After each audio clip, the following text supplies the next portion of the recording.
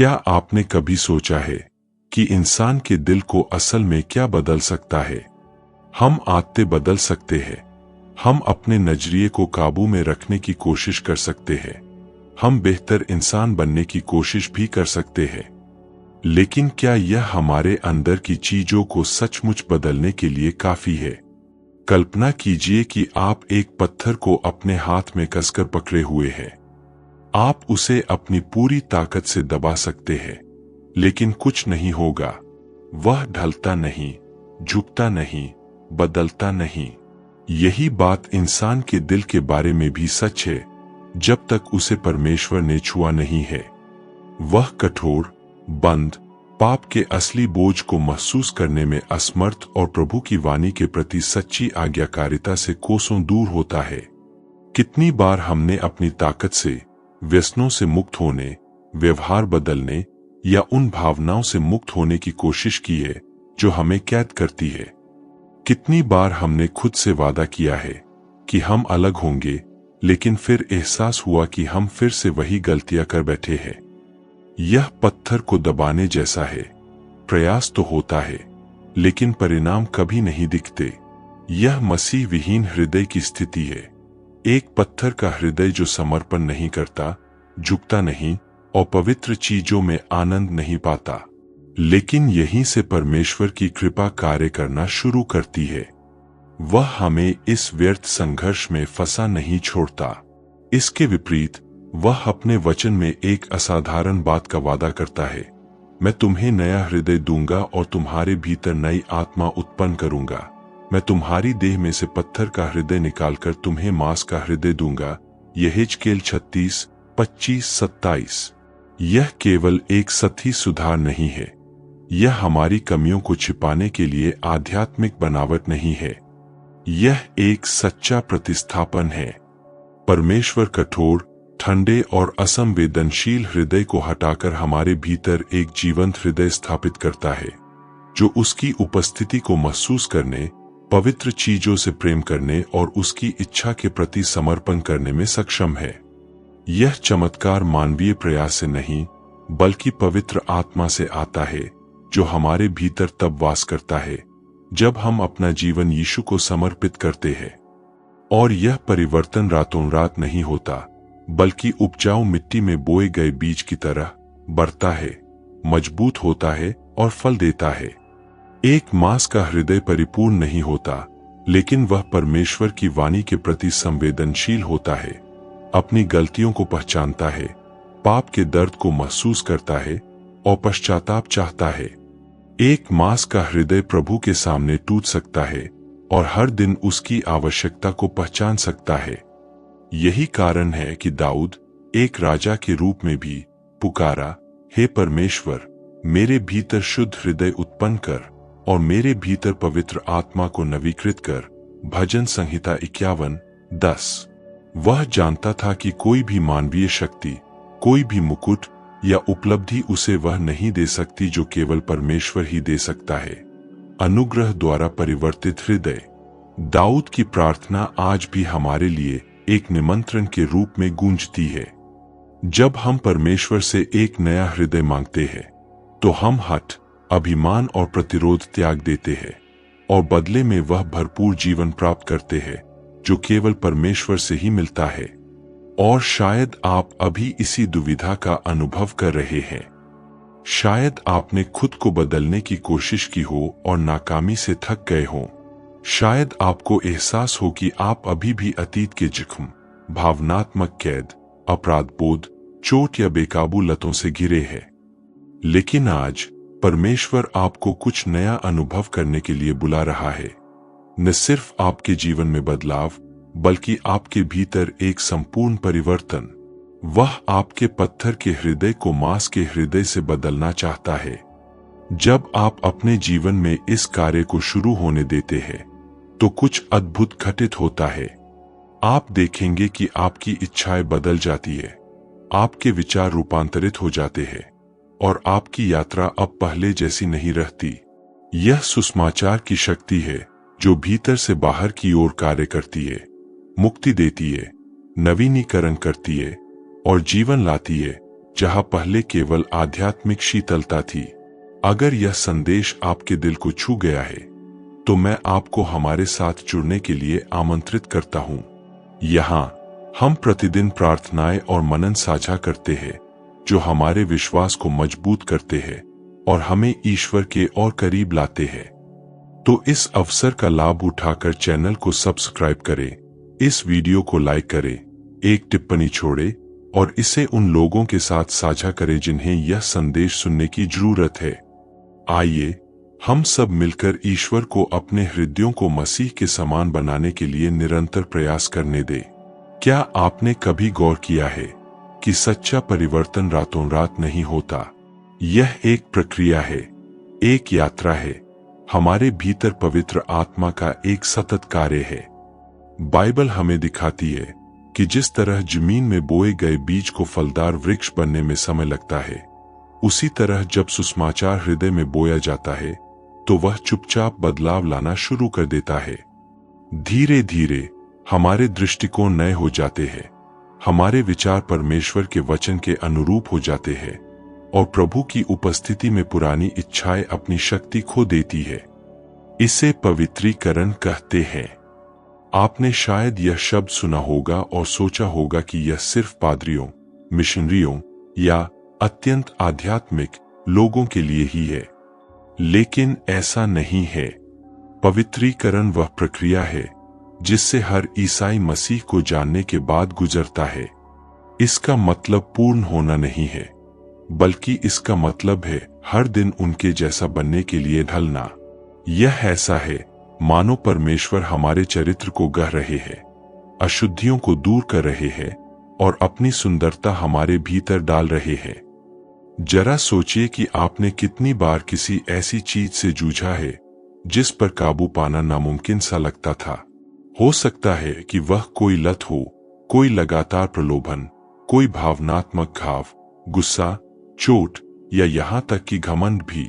मसीह के बिना ये चीजें हावी हो जाती है और आपको कैद कर लेती है।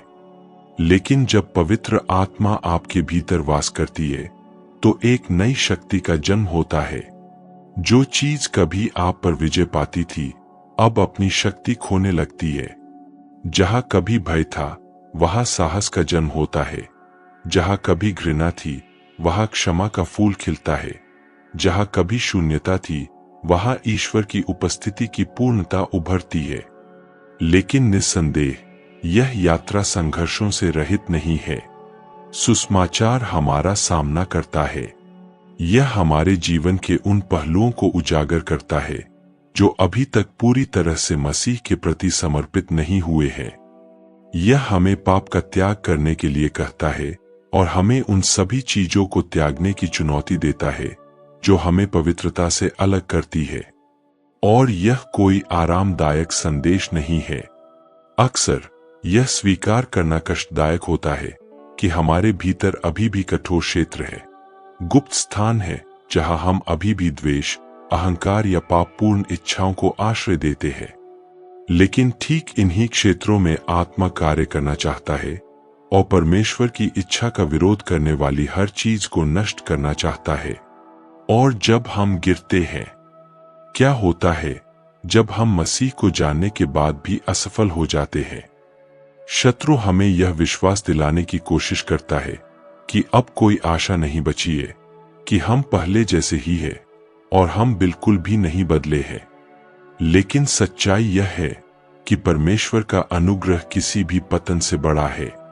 जब हम ठोकर खाते हैं तो हमें परमेश्वर से दूर भागने की नहीं बल्कि उसकी ओर दौड़ने की जरूरत है, क्योंकि वह दयालु, धैर्यवान और प्रेम से परिपूर्ण है। वह जानता है कि हम नाजुक हैं, फिर भी वह हमें सहारा देता है ताकि हम उठ सकें और अपनी यात्रा जारी रख सकें। परमेश्वर का वचन फिलिपियों 1:6 में कहता है, जिसने तुम में अच्छा काम आरंभ किया है वही उसे यीशु मसीह के दिन तक पूरा करेगा। इसका अर्थ है कि यदि आपने अपना जीवन यीशु को समर्पित कर दिया है तो परिवर्तन शुरू हो चुका है और बीच में नहीं रुकेगा। परमेश्वर जो शुरू करता है उसे पूरा करने के लिए वफादार है। और यह सबसे बड़े वादों में से एक है जिसे हम निभा सकते हैं। अब हम पहले जैसे नहीं रहे। हालांकि यह प्रक्रिया लंबी है, हालांकि इसमें चुनौतियां हैं, लेकिन सच्चाई यह है कि पत्थर के हृदय की जगह मांस के हृदय ने ले ली है और इससे सब कुछ बदल जाता है। अब आपके भीतर एक नई संवेदनशीलता, एक अलग चेतना, एक आवाज है जो जोर से बोलती है, पवित्र आत्मा की आवाज।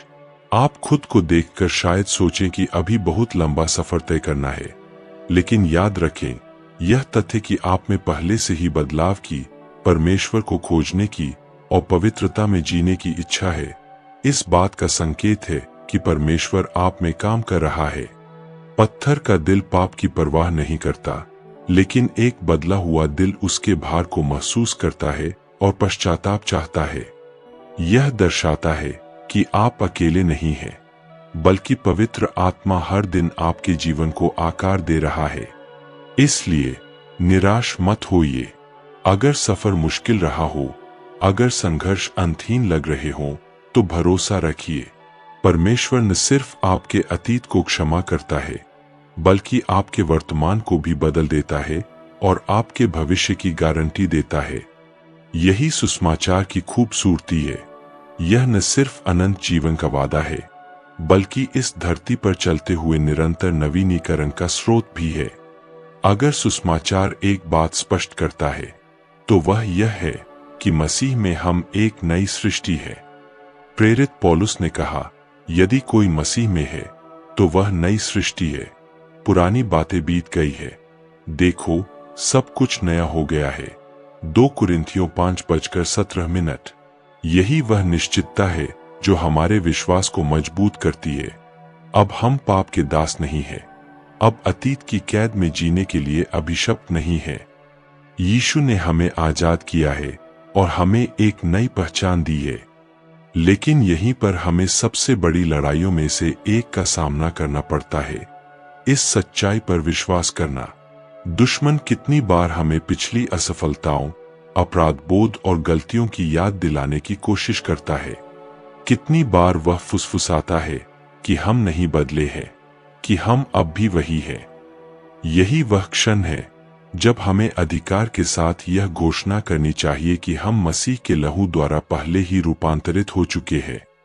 कल चाहे जो भी हुआ हो, अगर प्रभु ने आपको पहले ही एक नया हृदय दे दिया है, तो यह कार्य अधूरा नहीं छोड़ा जा सकता। सुसमाचार केवल सांत्वना देने वाली खोखली बातें नहीं है, यह वह शक्ति है जो रूपांतरित करती है। यह पाप का सामना कराती है, पश्चाताप कराती है, बंधनों से मुक्त करती है और पवित्र जीवन का मार्ग प्रशस्त करती है। और साथ ही यह हृदय को आशा से भर देती है, शक्ति का नवीनीकरण करती है और आपको याद दिलाती है कि आप फिर कभी अकेले नहीं होंगे। पवित्र आत्मा आपके भीतर वास करती है और कदम दर कदम आपका मार्गदर्शन करती है। और सबसे खूबसूरत बात यह है कि यह परिवर्तन सिर्फ हमारे अपने फायदे के लिए नहीं है। जब परमेश्वर हमारे हृदयों को बदलता है, तो वह हमें उस परिवर्तन का जीवन साक्षी बनने के लिए भी बुलाता है। हमें प्रसिद्ध प्रचारक या प्रमुख व्यक्ति होने की जरूरत नहीं है।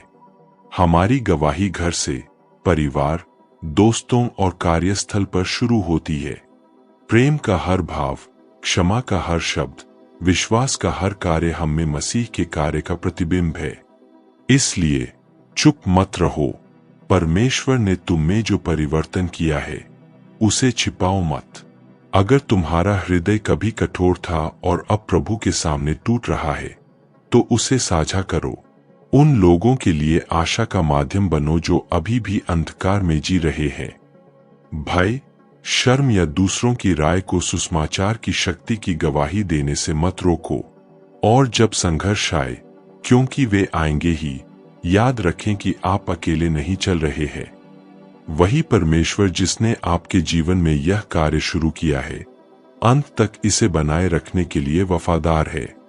वह उस आग के समान है जो शुद्ध करती है और उस हथौड़े के समान है जो हर कठोरता को तोड़ देता है। जैसा कि यिर्मयाह 23:29 में लिखा है, क्या मेरा वचन आग के समान नहीं है, यहोवा कहता है, और उस हथौड़े के समान नहीं है जो चट्टान को टुकड़े टुकड़े कर देता है। वह इसी प्रकार कार्य करता है, अपने प्रेम से हृदय को गर्म करता है और अपनी सच्चाई की शक्ति से सभी प्रतिरोधों को तोड़ देता है। आज आप एक ऐसे व्यक्ति की तरह जीने का चुनाव करें जो रूपांतरित हो गया है। उन झूठों को स्वीकार न करें जो आपको अतीत में फंसाए रखने की कोशिश करते हैं। परमेश्वर आपको सुसमाचार का संपूर्ण अनुभव करने के लिए बुलाता है। वह क्षमा जो मुक्त करती है, वह प्रेम जो चंगा करता है, वह अनुग्रह जो संभालता है, और वह आशा जो कभी समाप्त नहीं होती। अगर यह संदेश आपसे बात करता है तो अभी परमेश्वर के सामने अपना हृदय खोलिए और प्रार्थना कीजिए, हे प्रभु, मेरे जीवन को बदलते रहिए। मुझे फिर से कठोर न होने दीजिए। मेरे हृदय को अपने हृदय में समाहित करिए और उसे अपनी आत्मा का निवास स्थान बनाइए। और अगर आप विश्वास की इस यात्रा में दृढ़ रहना चाहते हैं तो मैं आपको इस चैनल को सब्सक्राइब करने, लाइक करने, कमेंट करने और इस प्रार्थना को शेयर करने के लिए आमंत्रित करता हूं। हम सब मिलकर वचन का प्रसार करते रहेंगे और उन हृदयों को मजबूत करते रहेंगे जिन तक मसीह की कृपा से पहुंचने की जरूरत है।